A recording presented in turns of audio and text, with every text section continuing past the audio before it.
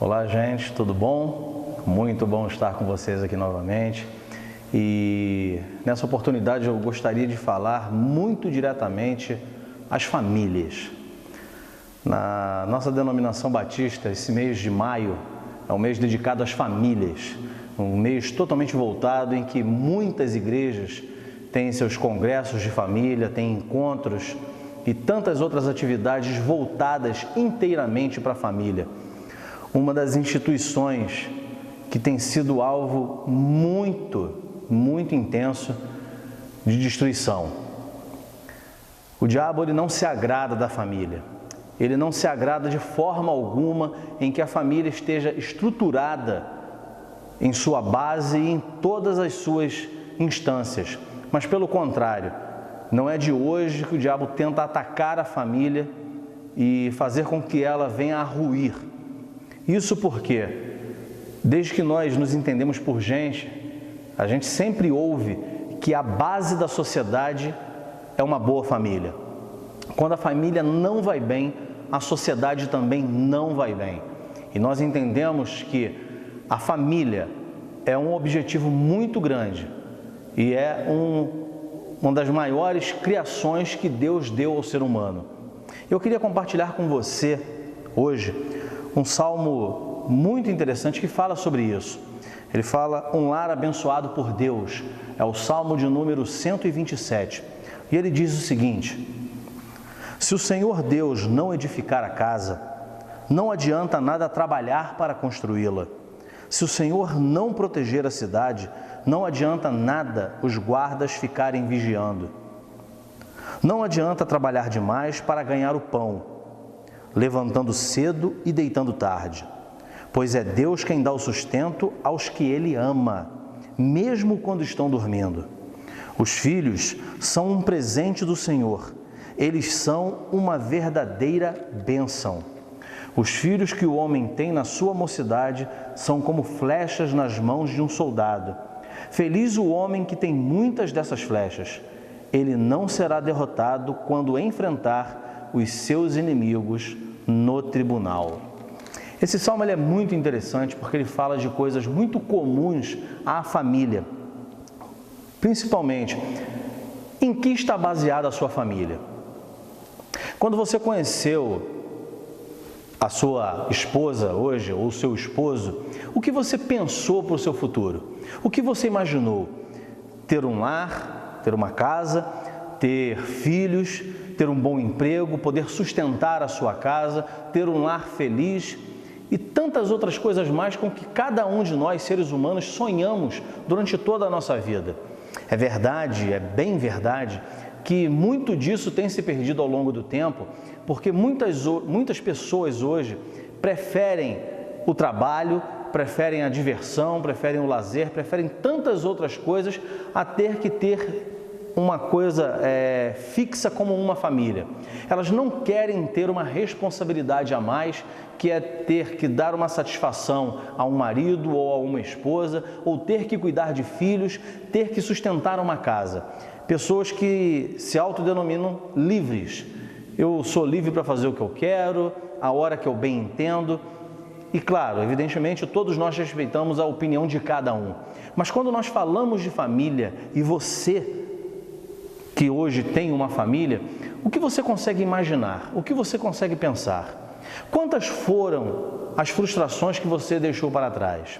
Quantas coisas você sonhou com a sua esposa ou com o seu esposo, para com os seus filhos, e muitas dessas coisas não se realizaram? Por que será?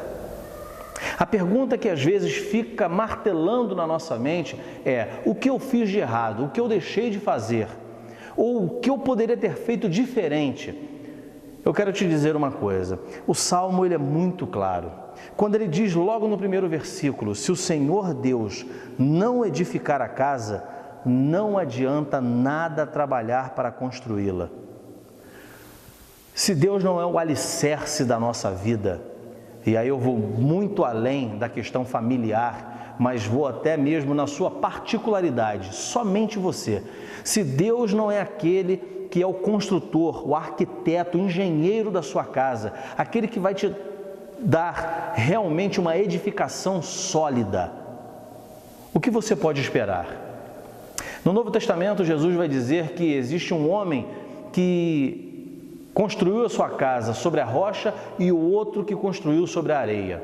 Esse que construiu sobre a areia, quando vieram as tempestades, os ventos fortes, quando vieram as dificuldades da vida, essa casa não conseguiu resistir. Ela veio abaixo. Já aquele que colocou a sua casa sobre a rocha, vieram os ventos, as tempestades, as chuvas fortes, vieram toda sorte de problemas e ainda assim aquela casa permaneceu de pé.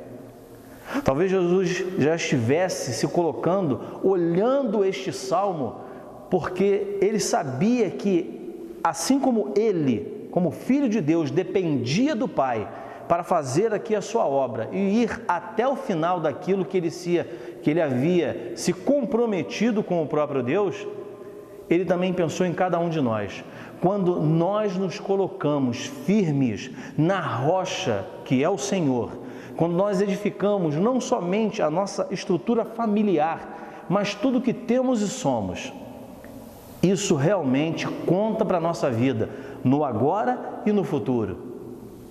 Evidentemente que os problemas vão vir, as dificuldades, nem tudo aquilo que você sonha para a sua vida ou para a vida dos seus filhos vai acontecer. São inúmeras as situações. A Bíblia declara que o coração do homem planeja muitas e muitas coisas, mas a resposta final, essa vem de Deus. De que forma você tem levado a sua vida? Como você tem edificado o seu dia a dia? Onde você tem firmado os seus pés no seu dia a dia? No Senhor? Ou talvez no seu trabalho?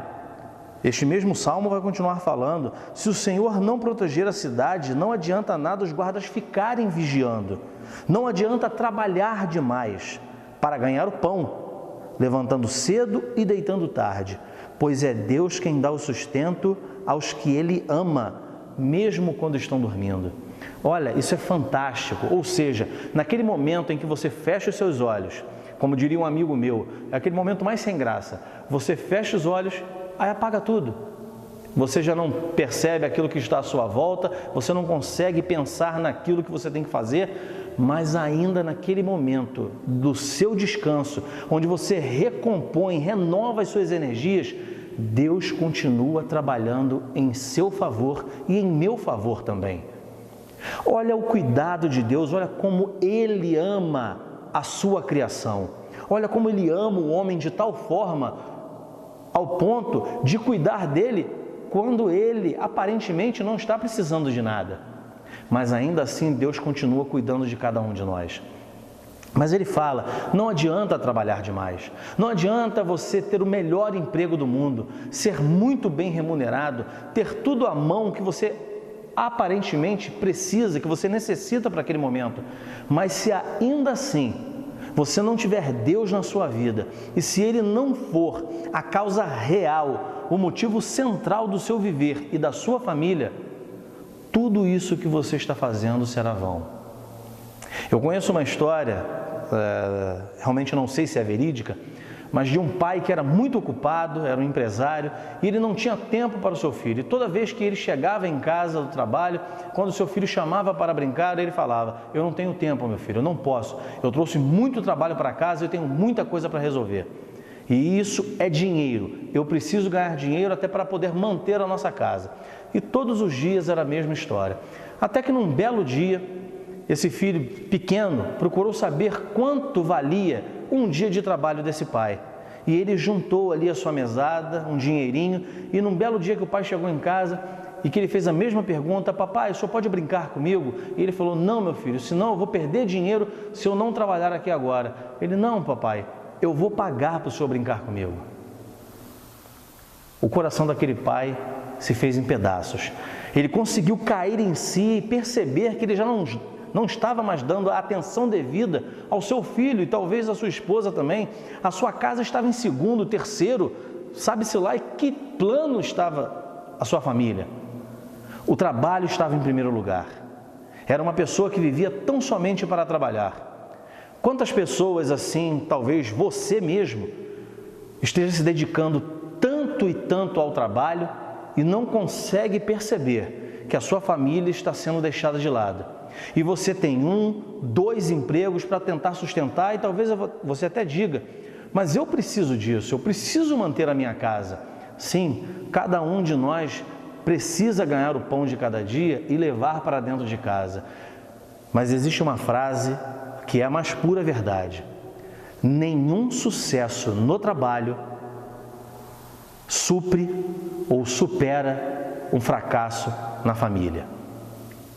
Eu gostaria que você pensasse muito a respeito do que você vem fazendo, de que forma você tem cuidado da sua família. Como você tem cuidado do seu esposo, como você tem cuidado da sua esposa, como você olha os seus filhos, o que você tem sonhado. Você tem sonhado porque você não conseguiu alcançar e quer ver isso na vida dos seus filhos? Cuidado, isso pode ser um erro gravíssimo.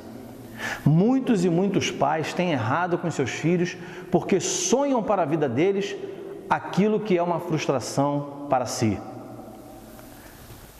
Coloque Deus em primeiro lugar na sua vida.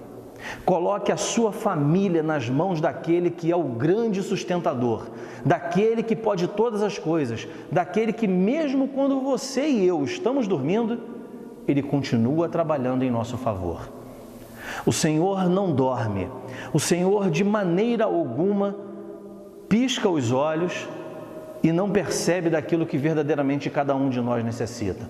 Deus sabe de todas as coisas, mas Ele quer que você dependa dEle, que você aprenda a colocar a sua família e tudo que você é e tem nas mãos dEle. Ele quer que você dependa dEle tão somente como um filho depende de um pai.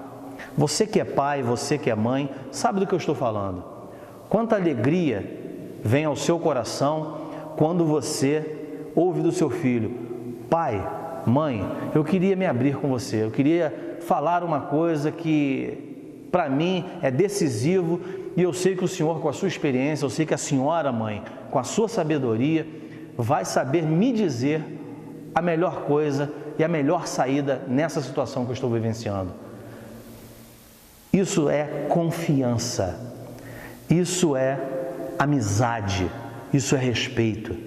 Deus espera isso de cada um de nós, que sejamos amigos dEle, que tenhamos um respeito, um temor profundo por Ele, mas que sejamos dependentes dEle em todas as situações. O mês de maio, ele acaba, mas a família permanece. De que forma você tem cuidado da sua família? Você tem colocado a sua família aos pés do Senhor? Você tem se dedicado e dedicado a sua família para Deus? Você tem convidado Deus a entrar na sua casa e morar com você e com toda a sua família? Se ainda não fez isso, eu quero convidar você a fazê-lo. Você vai provar de uma coisa muito diferente para a sua vida.